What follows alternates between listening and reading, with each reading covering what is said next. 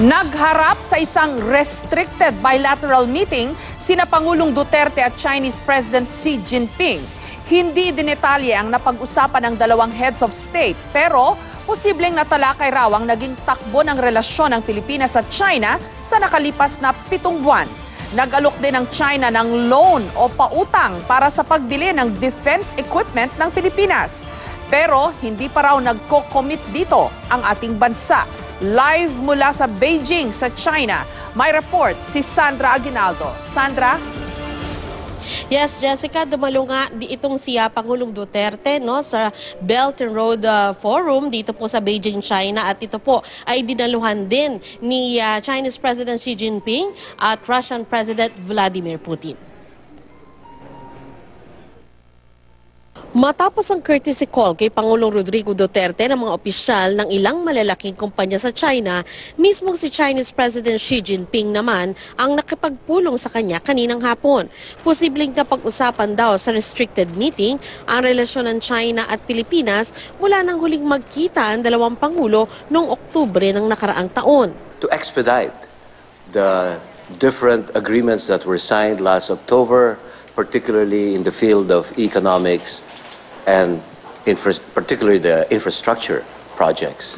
Ngayong araw din itinakda ang pagpirma ng letter of intent sa pagitan ng Pilipinas at China. Ito'y para sa inialok na loan o pautang ng Chinese government para sa pagbili ng defense equipment ng Pilipinas. They're offering us a wide array of defense equipment, and we an offer of a loan from the Chinese government at the tune of about $500 million. If we need anything from the Chinese defense industry, then we are going to procure using the loan that they are going to offer to us. Giit ni Defense Secretary Delfin Lorenzana, compatible naman ang defense equipment ng China sa mga gamit ngayon ng ating militar. Pero hindi pa naman daw nagko-commit ang Pilipinas dahil kailangan pang konsultahin ang ating armed forces. Ang tanong, sakaling matuloy ito, maapektuhan kaya ang pagbabantay ng Pilipinas sa mga bahagi ng West Philippine Sea na inaangkin ng China? I think we should separate our dispute from the South China Sea from our relationship with the Chinese. Sa susunod na linggo, inaasahang magsisimula ang bilateral mechanism sa South China Sea. Hindi direktang sinagot ni incoming Foreign Affairs Secretary Alan Peter Cayetano kung mapag-uusapang ba rito ang arbitration ruling na pumabor sa Pilipinas kontra China. It will remove walls. No? So from a wall, there'll now be a bridge. But we don't expect moving mountains.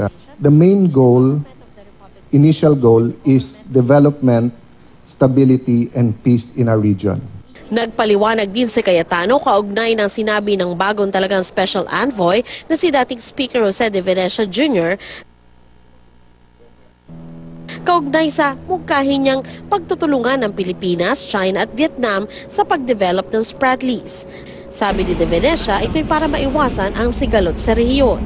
In the Philippines, China and Vietnam went so far as to venture on a 3-way joint seismic survey, which we helped initiate, of disputed areas in the Spratleys chain to assess the area's potential for hydrocarbons, exploration and development.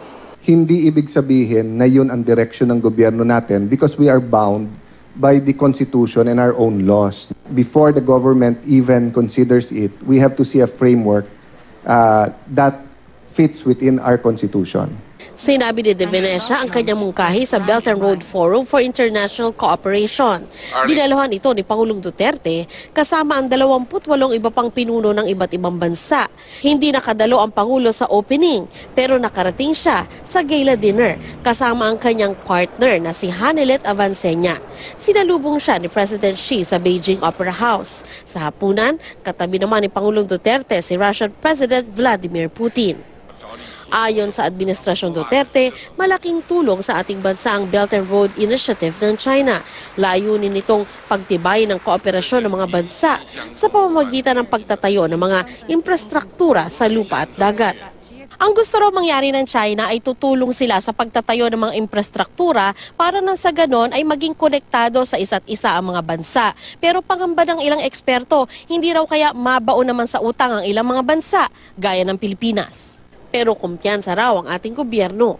80% local, domestic loans, and only 20% ang foreign loans. So, all these discussions are premised on ano ba talaga yung plano rin natin. And we've presented already those plans. So, hindi po tayo maipit doon. Habang abala ang Pangulo, sumama naman sa tour sa Forbidden City sa Beijing, ang partner niyang si Hanilet kasama ang iba pang asawa ng world leaders. Jessica, pasado alas 8 ng gabi ay natapos na yung pagpupulong ni President Xi at Pangulong Duterte at sila po ay nag-witness din sa signing ng 3 MOU at isang Memorandum of Agreement. Ang example dito, Jessica, ay yung agreement nila to conduct feasibility studies for major projects, construction of drug abuse treatment and rehabilitation center, and bridges crossing the Pasig River. Yan yung example nung Memorandum of Agreement at meron ding MOU which will serve as framework for Philippines and China to strengthen cooperation in human resource development and promoting personnel exchanges. So meron po silang mga MOU na nilagdaan. Yun nga lang, yun ang paglilinaw nga ng palasyo. Ito naman ay MOU and MOA pa lamang sa ngayon. Jessica? Sandra, pag papakinggan mong mabuti o pag-aaralan yung terminology ng mga agreements na yan na pinirmahan ng Pilipinas at ng China, very broad, no? Yung mga pagkaka-phrase, ganun din yung mga nandun sa mga meeting, no? Yung malakihang mga meeting dyan, yung mga tinatawag nilang round table meeting. So kasi pinabasa ko yung mga gist ng mga meeting na yun kanina, parang wala dun yung meat and substance na hinahanap ng marami, lalo na dun sa mga nagmamasid ng maigi dito sa relasyon ng Pilipinas at China ngayon. Ang sinasabi nila, nandyan yan dun sa mga one-on-one na mga meeting between the President and Xi Jinping. Kaso restricted, kamo, bakit ganon? Yes, Jessica, kasi ang pinapaliwanag sa atin ni Ambassador Santa Romana ay ito nga daw forum na ito ay parang kasi dahil siya yung pinakauna, Jessica, at masusundan daw, inanunsyo kanina, sa 2019 pa. Kumbaga, ang hirap din talaga daw na magkaroon ng mga detalyeng ganun. Lalo pa ay 29 leaders yung dumadalo dito at ito ay isang bagong ideya, sabi nga ni Ambassador. Kaya ang sinasabi niya ay talagang sa ngayon wala kang makikita na talagang detalye at ito daw ay mapag-uusapan na ng China at doon sa mga bansa na kalahok dito, Jessica. Okay, so inaasahan natin mas detalyado siguro o mas marami pang napag-usapan nung nag-sit down one-on-one ang dalawang heads of state, President Duterte and Xi Jinping. Kaso, restricted. So paano natin malalaman kung ano yung mga napag-usapan nila doon, Sandra? At saka, meron bang interpreter? Kasi I understand from some sources na nung huling nagharap si President Duterte and Xi Jinping, wala daw interpreter. I don't know kung totoo yun. Tuloy, parang nagkaroon ng misunderstanding on Benham Rice, yung pagpunta ng mga barko ng China sa Benham. Kasi parang hindi yata na translate o hindi na interpret ng mabuti kung ano man yung napag-usapan nun. So this time, may interpreter ba dyan sa sit-down nila na one-on-one, Sandra? Jessica, sinikap nga natin na makahingi ng paglilinaw mula sa PCO at saka sa DFA. Pero sa ngayon, wala pa silang masyadong detalyeng maibigay kaugnay dyan. Siguro rin dahil katatapos lamang, Jessica. At tinatanong ko nga kasi baka mamaya sinasabi nila, merong naging pagpupulong ang Pangulo na parang 4 eyes. Kumbaga silang dalawa lamang. Dito sa pagkakataong ito, wala pang impormasyon, Jessica, kung anong ibig sabihin talaga restricted. Kasama ba dyan yung close aids o baka naman kasama at least yung pinakamatataas na opisyal ng foreign affairs ng both sides. Pero sa ngayon, wala pang ganyang impormasyon mula sa Malacanang at sa DFA, Jessica. Pero mukhang sa body language, sa posisyon na binigay kay President Duterte. Tama ba? Kasi tinabi siya kay Putin, no? Ano yan, parang position of honor yun. At mukhang binibigyan ba ng karagdagang halaga o mas mataas na stature si Pangulong Duterte? Kasi that would be indicative kung talagang umiigi nga ba ang relasyon ng ating mga bansa. Ang description na ibinigay sa atin ni Ambassador Santa Romana ay the President Duterte has the ears of President Xi. At parang ang dating parang may pagtatangi din. Siguro na rin dahil for several years ay nagkaroon ng strained relations ang Pilipinas at ang China at ngayon na lamang uli nagkakaigihan. So, ganun pa man, Jessica, hindi rin naman natin na nakikita na parang bidang-bida siya rito. Siguro rin dahil nandito kasi si Russian President Vladimir Putin, kung pag naglalakad nga itong si President Xi, talaga ang katabi niya, ang kasabay niya ay si President Vladimir Putin. Ngayon, siguro it says something din doon sa character naman ni President Duterte na hindi rin naman siya yung pabida, hindi rin naman siya yung parang, like, let's say kahapon, Jessica, na-observe ko siya nung naglalakad sila at may pagkakataong pwede silang maglakad na tatlo na sabay-sabay dahil nasa unahan si President Duterte at palapit na sa kanya yung dalawa, although nag-uusap yung dalawa. Pero ganun pa man, parang napansin ko na nagmabagal ng lakad si President Duterte. Hindi rin siya talaga sumabay at chumika dun sa dalawang leaders. So kumbaga dito, medyo ang bumibida sa ngayon dito ay si Russian President Vladimir Putin. Jessica? Sandra, ipinaliwanag ba ng China kung bakit tinawag na One Belt, One Road, yung forum na yan? And ano ba ang mission nitong forum na to? Anong pakay ng China? Bakit nila ginawa ito? Jessica, ang paulit-ulit na pinapaliwanag dito nga si President Xi Jinping ay ito ay naisip niya mismo.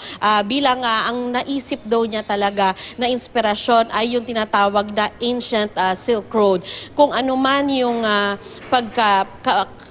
partner sa kalakalan ng kanilang mga ninuno noon, ay yun din naman ang gusto raw niyang buhayin ngayon. Dahil daw noon, wala naman daw sigalot at talagang pag-unlad at pag-negosyo lamang yung inaatupag nung kanilang mga ninuno. So parang ang sinasabi niya, yung pakikipagkalakalan daw ng kanilang mga ninuno, umaabot sa Africa, sa Europa, tapos doon naman sa maritime, ancient route din ng kanilang mga ninuno, umaabot sa Indonesia, sa Pilipinas, yun nga, dumadaan dyan sa South China Sea. So parang gusto niyang buhayin at magtayo ng mga infrastructure para daw maging konektado ang mga bansa. Sa ganung paraan daw sabay-sabay silang uunlad. Ganun pa man, Jessica, napakinggan ko yung pananaw dyan ng UN Secretary General. Sinasabi niya, natural lamang na merong pansariling interes ang China kasi pag yumaman o umunlad yung kanyang nakapaligid sa kanyang bansa, lalo siyang yayaman. Pero ganun pa man, nasa sa paglalaro na daw yan o kung paano ipupush din ng kanya-kanyang mga bansa yung sarili nilang interes. Jessica? Kasi may mga nababasa rin akong analysis na parang ang message ng China by coming up with this One Belt, One Road forum, parang siya na, China na ang bagong economic giant at champion of free trade. Kasi ang Amerika under President Trump parang nagiging protectionist siya. So parang talagang nabaliktad na talaga ang mundo kasi nung araw, China ang protectionist, Amerika ang champion ng free trade. Ngayon, ito, through OBOR o OBOR, parang nabaliktad na talaga yung, kumbaga, yung economic paradigm ng mundo. Yes, Jessica, kaya nga parang ang tinatawag nila, ilang beses ko narinig dito, yung New World Order, kung saan hindi na lamang isang bansa raw yung superpower, kundi pwedeng ilang bansa yung makitang ganyan. At Yan naman ay hindi lingid din sa kaalaman ng China na yun ang pagtingin sa kanya ng ibang bansa, no, na siya ay parang pumoporma lang o siya ay pinuposisyon niya yung sarili niya bilang isang superpower nga kapareho ng Amerika. Meron pa ngang certain mistrust, sabi nga, on the part of other countries pag titingnan nila yung China. Ganun pa man, Jessica, telling din na hindi dumating dito, no, yung Pangulo ng Amerika at saka yung mga pangunahin o hindi karamihan ng bansa sa Europa ay hindi sila nagpadala hindi pumunta dito yung kanilang top leader, bagamat sa kaso ng Amerika nagpadala siya ng delegation para makinig, obserbahan yung nangyayari dito sa Beijing. Jessica? Maraming salamat sa iyo, Sandra Aguinaldo.